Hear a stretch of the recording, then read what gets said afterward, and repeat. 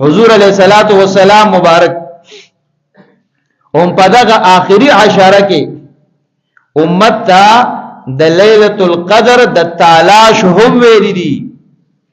ليله القدر سسیز دی. الله رب العالمین قران کریم کې فرمایي انا انزلناه فی ليله القدر، یقینا منګه دا قران په ليله القدر کې نازل کړي دي. بیا الله رب العالمین فرمایي وما ادراک ما ليله القدر، دا ليله القدر څه چیز دی؟ ليله القدر خير من الف شهر. الله پاک فرمایي ليله القدر دا داسې شپه ده چې بدی کې عبادت کول د 1000 د میاشتو د عبادت نه غوړه دي.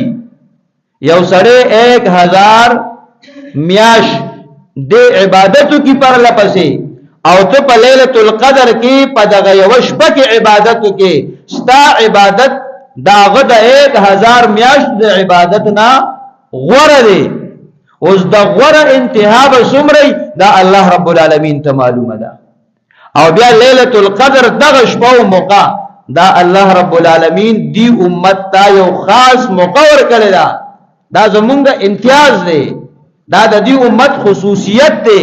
ابو سعید خدری رضی الله عنه فرمایي وی حضور علیہ الصلوۃ والسلام مبارک فرمایل چې ما د رمضان المبارک د لومبنه لس ورځو اعتکاف وکړو، ليله القدر می لټو باغې کې میلاو نشو. بیا می د رمضان المبارک د مینځنو لس ورځو اعتکاف وکړو، ليله القدر می لټو ما ته دې کې میلاو نشو. بیا می آخري لس ورځو اعتکاف وکړو، دا رمضان المبارک آخری لس ورځې اعتکاف میں وکړو. حضور علیہ الصلوۃ والسلام مبارک فرمایل پتا شو چې کم سړی ليله القدر لټای هغه د رمضان المبارک په آخری عشره کې ولټي. دومره مونږ ته اسانه کړی شو. نو په دغه آخری عشره کې د اعتکاف دا عمل دی اهمیت او فضیلت لري. بیا د ليله القدر دغه شپه او دغه مقرره روانه ده چې دا موقع زما واستانه فوت نشي. دا د فضیلت او د ګټه موقع دي چې دا زما واستانه فوت نشي.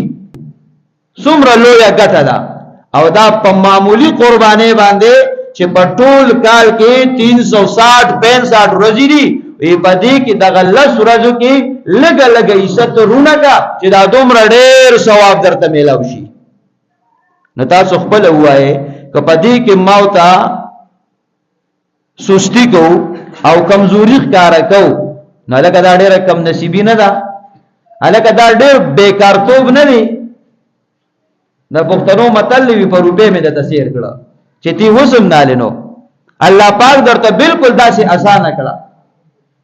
الله رب العالمین دې دغه موقع مونږ او تاسو ته بار بار نصیب وګرځي.